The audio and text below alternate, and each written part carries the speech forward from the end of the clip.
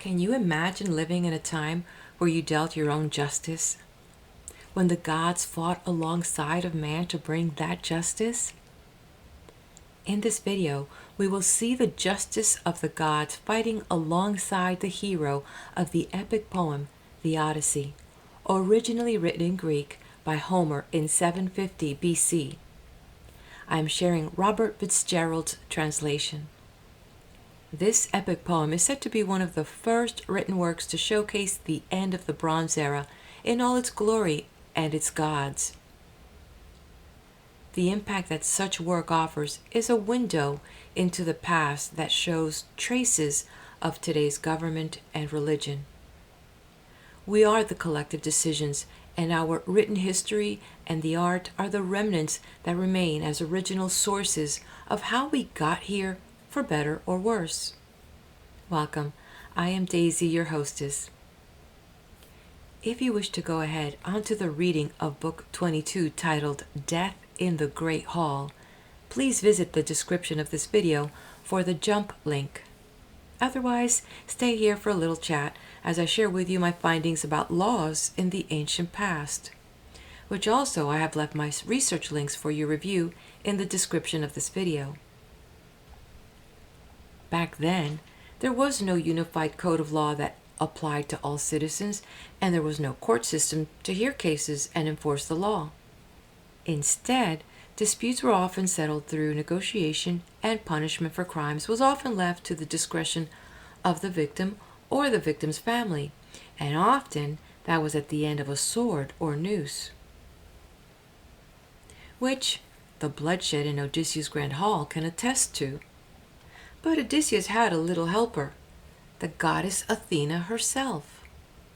Throughout Greek mythology, she is depicted as fighting alongside the Greek heroes. She is Lady Justice herself, and she represents the virtues of justice, wisdom, good counsel, and skill in warfare. There was justice to her warring ways.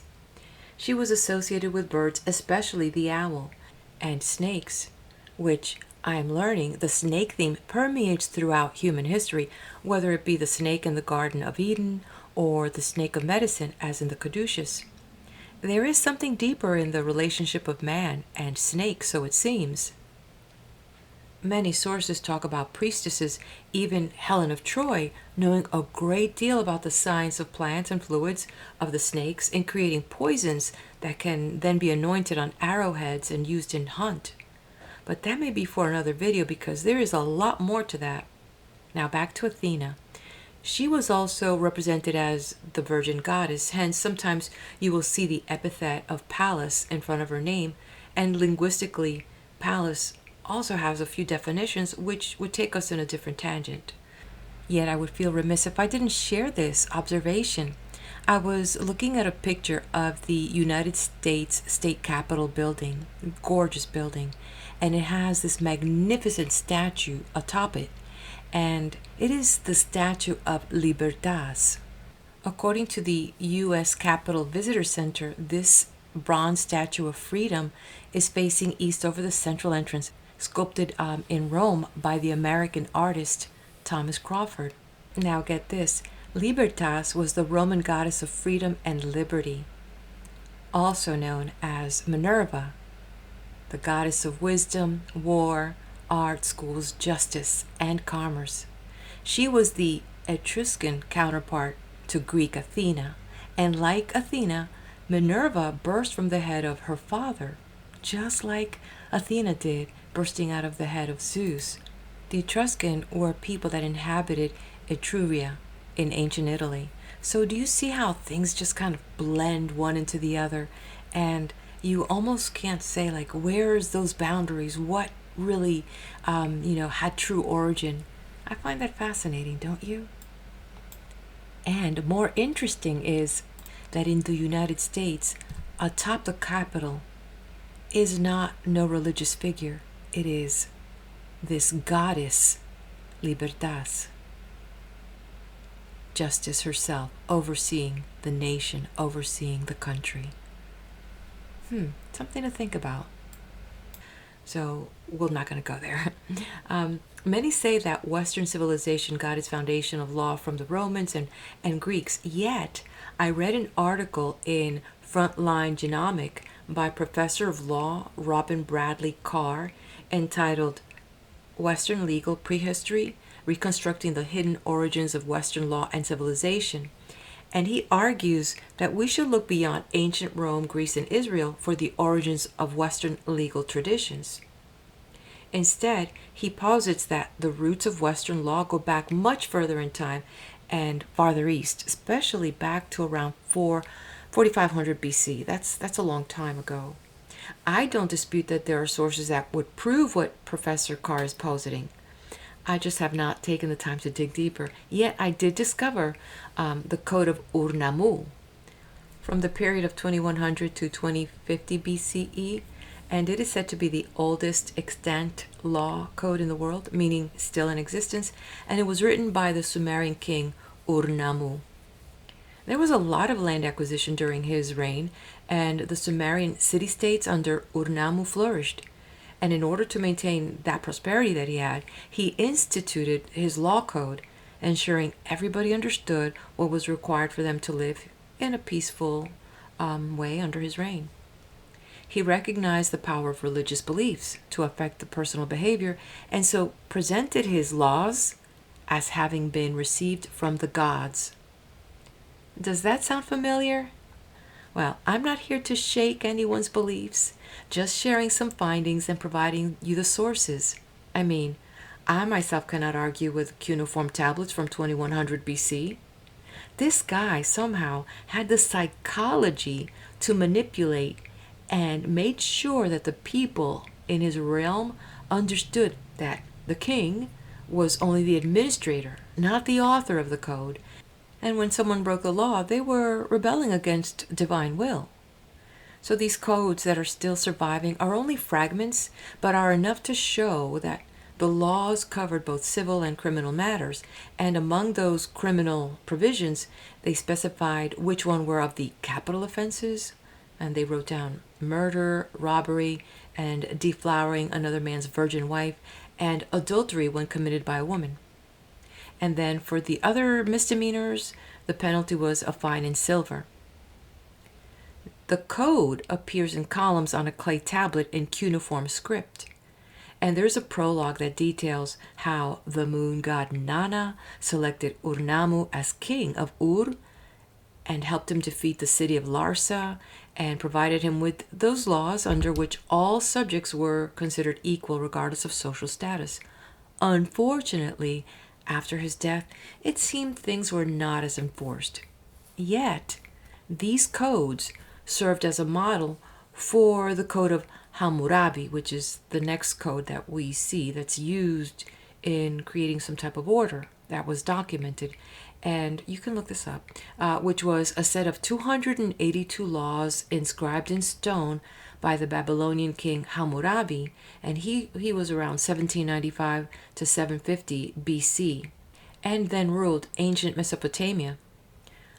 Now, no one could claim they were ignorant of the law under his rule because he ordered a 7-foot tall stone slab to be erected publicly with the law inscribed, and at the top it was engraved with an image of Shamash, the god of justice, handing the laws to Hammurabi, making it clear that these were the laws and where they were coming from. They were coming from the gods, not no arbitrary rules created by mortals. Coincidentally, just like Ur-Nammu had received his laws from the gods. The Hammurabi artifact is evidence of governance by controlling his empire through law. Again, unfortunately, the empire of laws Hammurabi created did not survive long after his death. In the Hammurabi Code, it would serve to influence the laws of other civilizations, the Middle Assyrian laws, the New Babylonian laws, and most notable, the creation of the Mosaic Law of the Bible, all of which follow the same model as Hammurabi's code in that it provided people with an objective, a universal directive on how to treat others and how one should expect to be treated in a civilized society. And if you stop and give that thought, the Mosaic laws were put in writing years later, around 450 BC. So that's a lot of time to incubate a religion and borrow from the culture as it's unfolding. When I read about the slab, it reminded me of the famous Georgia Guidestones, which was like a granite monument over there in Elbert County, Georgia, here in the United States, that was erected between 1980 and I think it was finally either destroyed in 2022. It was very controversial because the 6 slabs that made up the monument repeated 10 guidelines in 8 different languages, supposedly to serve as messages to humanity in case of a post-apocalyptic occurrence. There was a lot behind it, so I left a link in case you wanted to review that.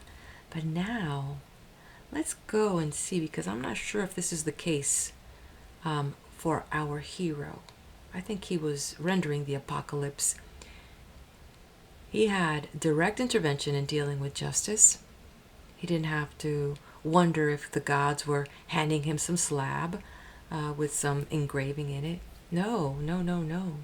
Athena was right there by his side. So you may want to grab your helmet and buckler. Oh, and your choice of weapon. Sword, spear, or bow and arrow. I'll grab my bow and arrow.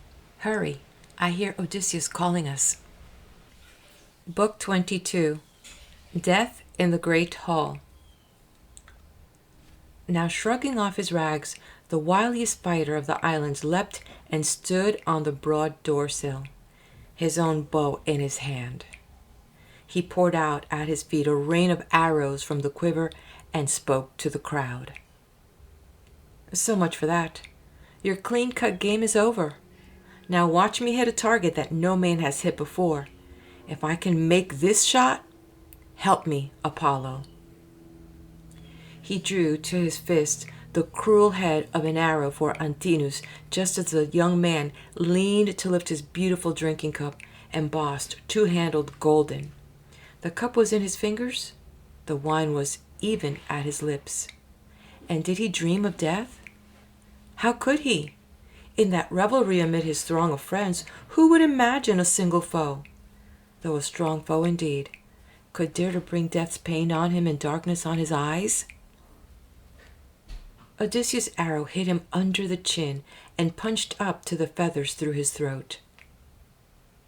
Backward and down he went, letting the wine cup fall from his shocked hand. Like pipes, his nostrils jetted crimson runnels, a river of mortal red. And one last kick upset his table, knocking the bread and meat to soak in dusty blood.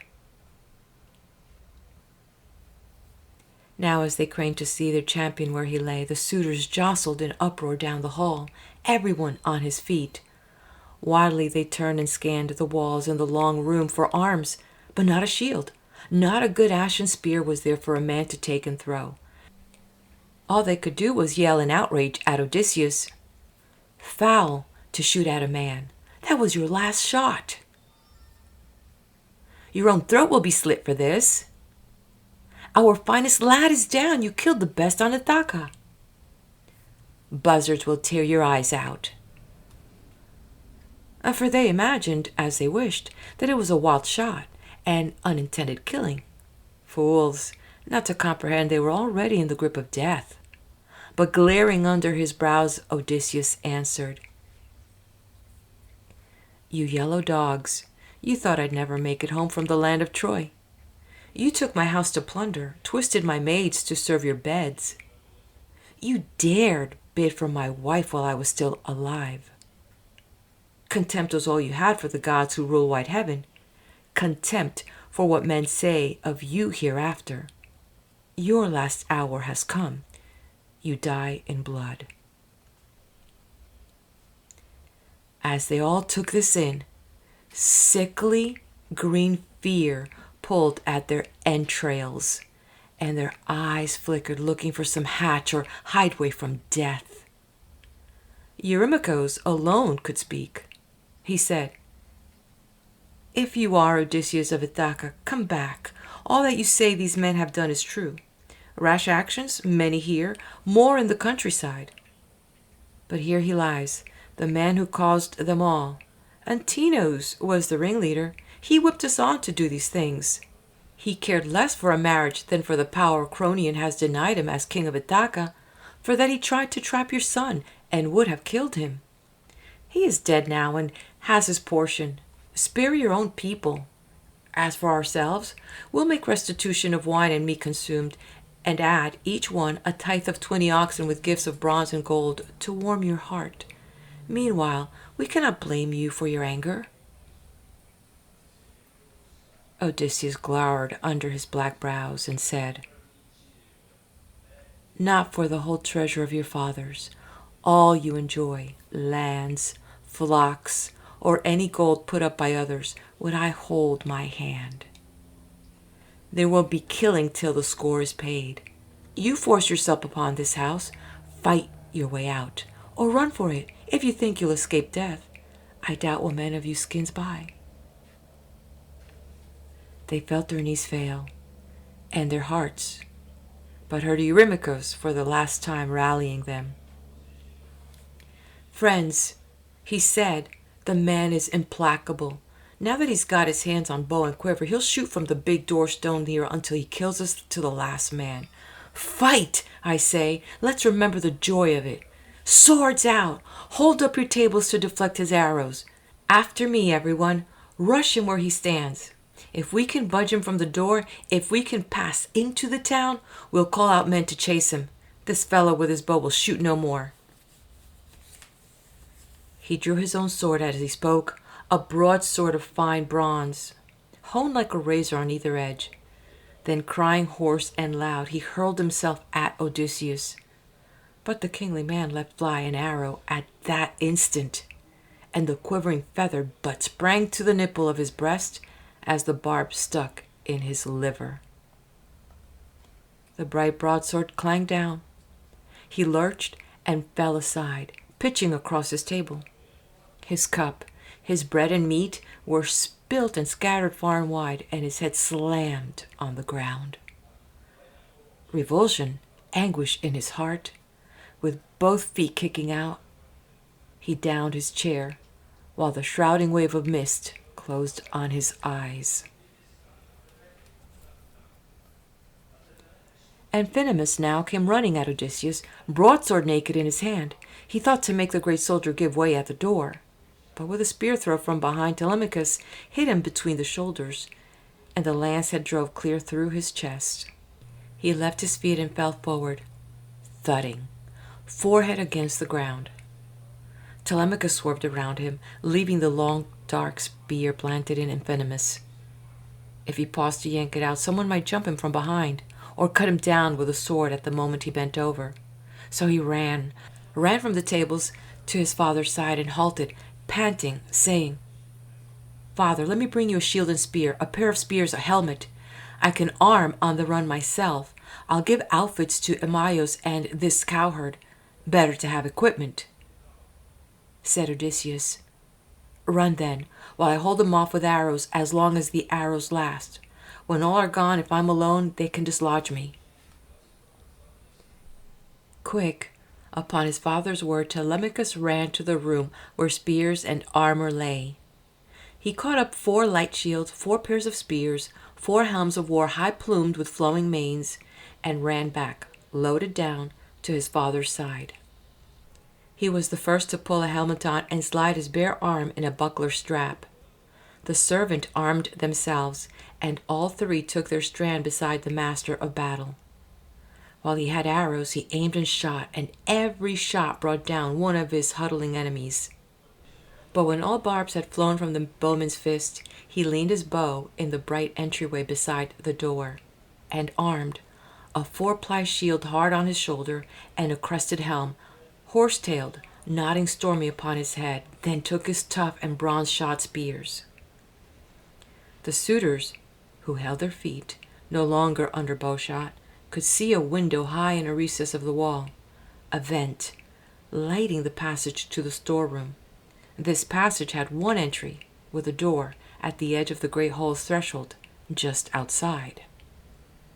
Odysseus told the swineherd to stand over and guard this door and passage. As he did so, a suitor named Agelaus asked the others, "Who will get a leg up on that window and run to alarm the town? One sharp attack and this fellow will never shoot again." His answer came from the goatherd, Melanthios. No chance, my lord. The exit into the courtyard is too near them, too narrow. One good man could hold the portal against a crowd. No, let me scale the wall and bring you arms out of the storage chamber. Odysseus and his son put them indoors. I'm sure of it, not outside. The goatish goatherd clambered up the wall, toes in the chinks, and slipped through to the storeroom. 12 light shield, 12 spears he took, and 12 thick crested helms, and handed all down quickly to the suitors. Odysseus, when he saw his adversaries girded and capped, and long spears in their hands shaken at him, felt his knees go slack, his heart sink, for the fight was turning grim. He spoke rapidly to his son. Telemachus, one of the serving women is tipping the scales against us in this fight, or maybe Melanthios. But sharp and clear, Telemachus said, It is my own fault, father, mine alone. The storeroom door, I left it wide open. They were more alert than I. Amaios, go and lock that door, and bring back word if a woman is doing this, or Melanthios, Dolios' son, more likely he. Even as they conferred, Melanthios entered the storeroom for a second load, and the swineherd at the passage entry saw him. He cried out to his lord, Son of Laertes, Odysseus, master mariner and soldier, there he goes, the monkey, as we thought. There he goes into the storeroom. Let me hear your will. Put a spear through him. I hope I am the stronger, or drag him here to pay for his foul tricks against your house. Odysseus said, and the seams on strap and grip had rotted away. As Melanthios came out, the 2 men sprang, jerked him backward by the hair, and threw him. Hands and feet they tied with a cutting cord behind him, so his bones ground in their sockets, just as Laertes' royal son commanded. Then with a whip of rope they hoisted him in agony up a pillar to the beams. And, oh my swineherd, you were the one to say, Watch through the night up there, Melanthios, an airy bed is what you need. You'll be awake to see the primrose dawn when she goes glowing from the streams of ocean to mount her golden throne. No oversleeping the hour for driving goats to feed the suitors. They stooped for helm and shield, and left him there contorted in his brutal sling, and shut the doors, and went to join Odysseus, whose mind moved through the combat now to come. Breathing deep and snorting hard, they stood 4 at the entry, facing 20 men. But now into the gracious doorway stepped Zeus' daughter, Athena. She wore the guise of Mentor, and Odysseus appealed to her in joy. O Mentor, join me in this fight. Remember how all my life I've been devoted to you, friend of my youth? For he guessed it was Athena, hope of soldiers. Cries came from the suitors, and Agelaus, the master's son, called out, Mentor, don't let Odysseus lead you astray to fight against us on his side. Think twice. We are resolved, and we will do it. After we kill them, father and son, you too will have your throat slit for your pains if you make trouble for us here. It means your life, and cutting throats will not be all. Whatever wealth you have, at home or elsewhere, we'll mingle with Odysseus' wealth. Your sons will be turned out, your wife and daughters banished from the town of Ithaca. Athena's anger grew like a storm wind as he spoke until she flashed out at Odysseus. Ow, what a falling off! Where is your valor? Where is the iron hand that fought at Troy for Helen, pearl of kings? No respite in 9 years of war? How many foes your hand brought down in bloody play of spears? What stratagem but yours took Priam's town? How is it now that on your own doorsill, before the harriers of your wife, you curse your luck not to be stronger? Come here, cousin, stand by me, and you'll see action. In the enemy's teeth learn how Mentor, son of Alcimos, repays fair dealing. For all her fighting words, she gave no overpowering aid. Not yet. Father and son must prove their mettle still. Into the smoky air under the roof the goddess merely darted to perch on a blackened beam. No figure to be seen now, but a swallow. Command of the suitors had fallen to Agelaus. With him were Ur-Nammu, Amphimedon, Demoptolemus, Paisandros, Polybus, the best of the lot who stood to fight for their lives after the streaking arrows downed the rest. Agelaus rallied them with his plan of battle. Friends, our killer has come to the end of his rope, and much good Mentor did him, that blowhard dropping in. Look, only 4 are left to fight. In the light they are at the door. No scattering of shots, men, no throwing away good spears. We 6 will aim a volley at Odysseus alone, and may Zeus grant us the glory of a hit. If he goes down, the others are no problem. At his command then, ho, they all let fly as one man. But Athena spoiled their shots. One hit the doorpost at the hall, another struck in the door's thick timbering, still others rang on stone wall, shivering halves of ash. Seeing his men unscathed, royal Odysseus gave the word for action. Now I say, friends, the time is overdue to let them have it. Battle spoil they want from our dead bodies to add to all they plundered here before. Taking aim over the steadied lance heads, they all let fly together. Odysseus killed Demoptolemus, Telemachus killed Euryades, the swineherd Elatos, and Paysandros went down before the cowherd. As these lay dying, biting the central floor, their friends gave way and broke for the inner wall. The 4 attackers followed up with a rush to take spears from the fallen men. Reforming, the suitors threw again with all their strength, but Athena turned their shots, or all but 2. One hit a doorpost in the hall, another struck in the door's thick timbering, still others rang on the stone wall, shivering halves of ash. Amphimedon's point bloodied Telemachus' wrist, a superficial wound, and Ctesippus' long spear passing over Eumaeus' shield grazed his shoulder, hurtled on and fell. No matter, with Odysseus the great soldier, the wounded threw again, and Odysseus, raider of cities, struck Eurydamas down. Telemachus hit Amphimedon, and the swineherd's shot killed Polybus. But Ctesippus, who had last evening thrown a cow's hoof at Odysseus, got the cowherd's heavy castful in the chest, and dying heard him say, "You arrogant, joking bastard, clown will you, like a fool, and parade your wit? Leave jesting to the gods who do it better. This will repay your cow's foot courtesy to a great wanderer come home." The master of the black herds had answered Ctesippus. Odysseus, lunging at close quarters, put a spear through Agelaus, the master's son. Telemachus hit Leocritus from behind and pierced him kidney to diaphragm. Speared off his feet, he fell face downward on the ground. At this moment, the unmanning thundercloud, the aegis, Athena's shield, took from aloft in the great hall, and the suitors, mad with fear at her great sign, stampeded like stung cattle by a river when the dread shimmering gadfly strikes in summer, and the flowering season in the long-drawn days.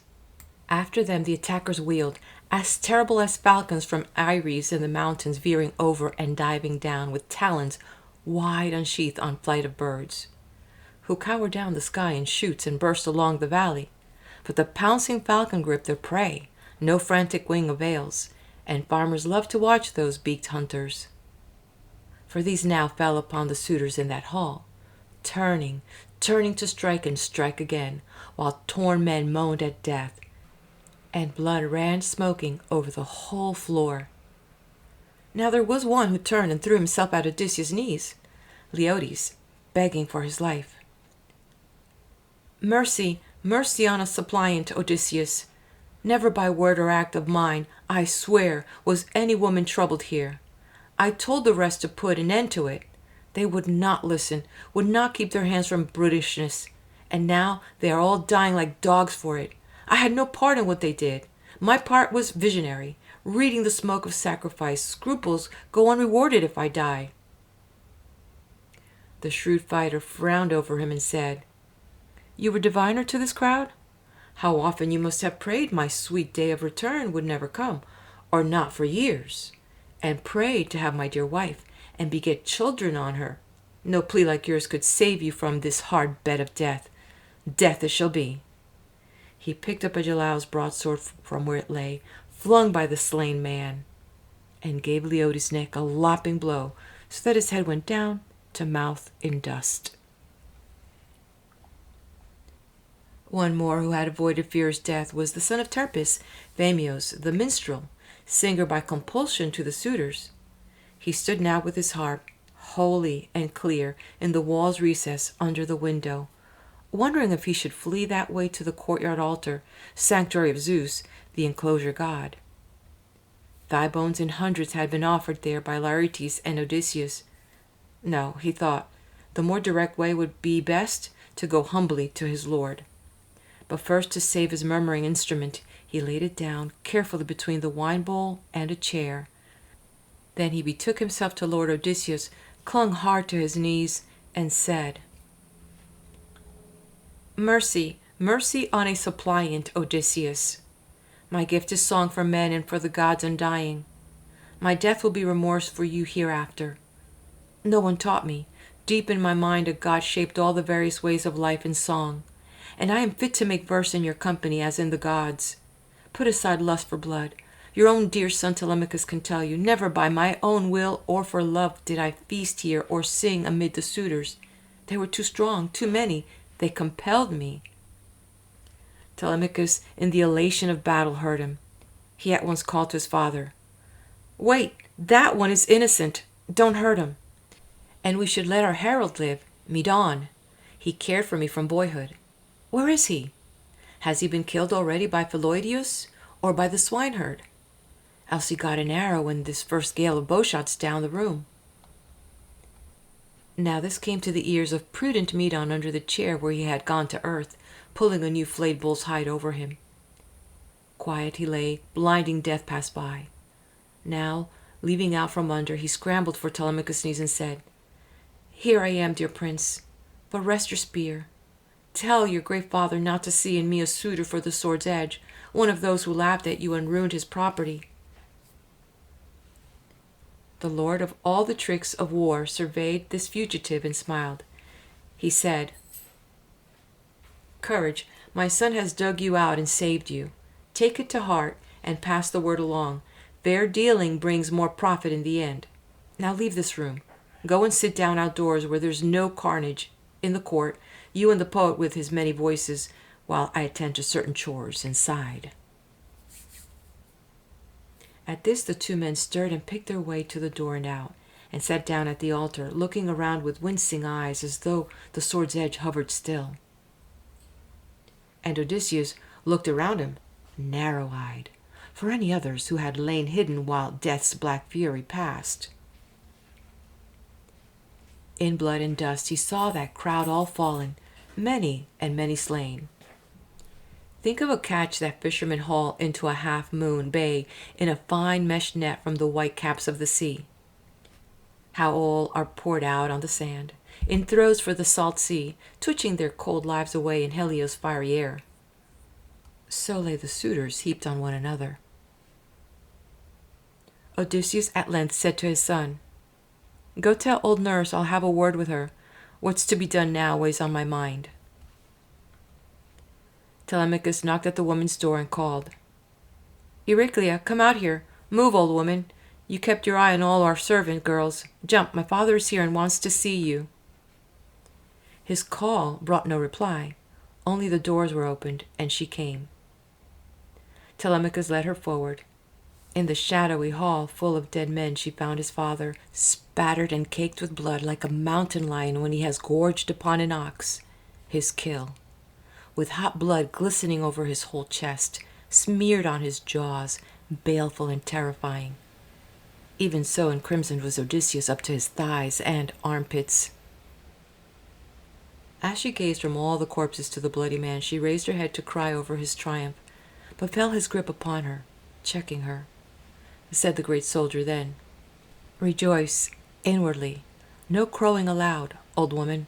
To glory over slain men is no piety. Destiny and the gods will vanquish these, and their own hardness. They respected no one, good or bad, who came their way.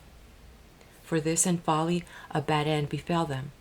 Your part is now to tell me of the women, those who dishonored me, and the innocent." His old nurse Euryclea said, "I will, then. Child, you know you'll have the truth from me. 50 all told they are, your female slaves, trained by your lady and myself in service, wool carding and the rest of it, and taught to be submissive. 12 went bad, flouting me, flouting Penelope too. Telemachus, being barely grown, his mother would never let him rule the serving women. But you must let me go to her lighted rooms and tell her. Some god sent her adrift of sleep. But in reply the great tactician said, Not yet. Do not wake her. Tell those women who were the suitors' harlots to come here. She went back on this mission through his hall. Then he called Telemachus to his side and the two herdsmen. Sharply Odysseus said, These dead must be disposed of first of all. Direct the women. Tables and chairs will be scrubbed with sponges, rinsed and rinsed again. When our great room is fresh and put in order, take them outside, these women, between the roadhouse and the palisade, and hack them with your sword blades till you cut the life out of them, and every thought of sweet Aphrodite under the rutting suitors when they lay down in secret. As he spoke, here came the women in a bunch, all wailing, soft tears on their cheeks. They fell to work to lug the corpse out into the courtyard under the gateway, propping one against another as Odysseus ordered, for he himself stood over them. In fear these women bore the cold weight of the dead. The next thing was to scrub off chairs and tables and rinse them down. Telemachus and the herdsmen scraped the packed earth floor with hoes, but made the women carry out all the blood and mire. When the great room was cleaned up once again, at sword point they forced them out, between the roundhouse and the palisade, pell-mell to huddle in that dead end without exit. Telemachus, who knew his mind, said curtly, I would not give the clean death of a beast to trolls who made a mockery of my mother and of me too, you sluts who lay with suitors. He tied one end of a hawser to a pillar and passed the other about the roundhouse top, taking the slack up so that no one's toes could touch the ground. They would be hung like doves or larks in springs triggered in a thicket, where the birds think to rest. A cruel nesting. So now in turn each woman thrust her head into a noose and swung, yanked high in air, to perish there most piteously. Their feet danced for a little, but not long. From storeroom to the court they brought Melanthios, chopped with swords to cut his nose and ears, pulled off his genitals to feed the dogs, and raging hacked his hands and feet away. At their own hands and feet called for a washing, they went indoors to Odysseus again. Their work was done. He told Euryclea, Bring me brimstone and a brazier, medicinal fumes to purify my hall. Then tell Penelope to come, and bring her maids. All servants round the house must be called in. His own old nurse, Euryclea, replied, Aye, surely that is well said, child, but let me find you a clean shirt and cloak and dress you.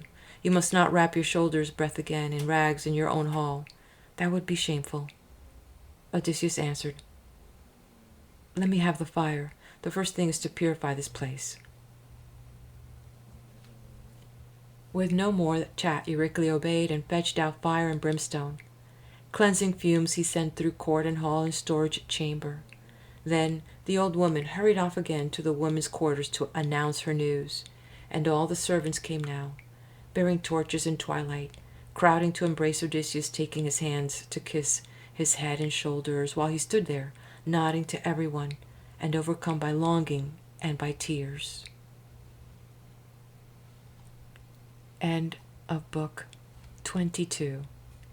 If you haven't done so, please do leave a comment. What do you think of this chapter? What do you think of Homer's Odyssey? And give me a big like. I'll see you at the next video for Book 23, The Trunk of the Olive Tree.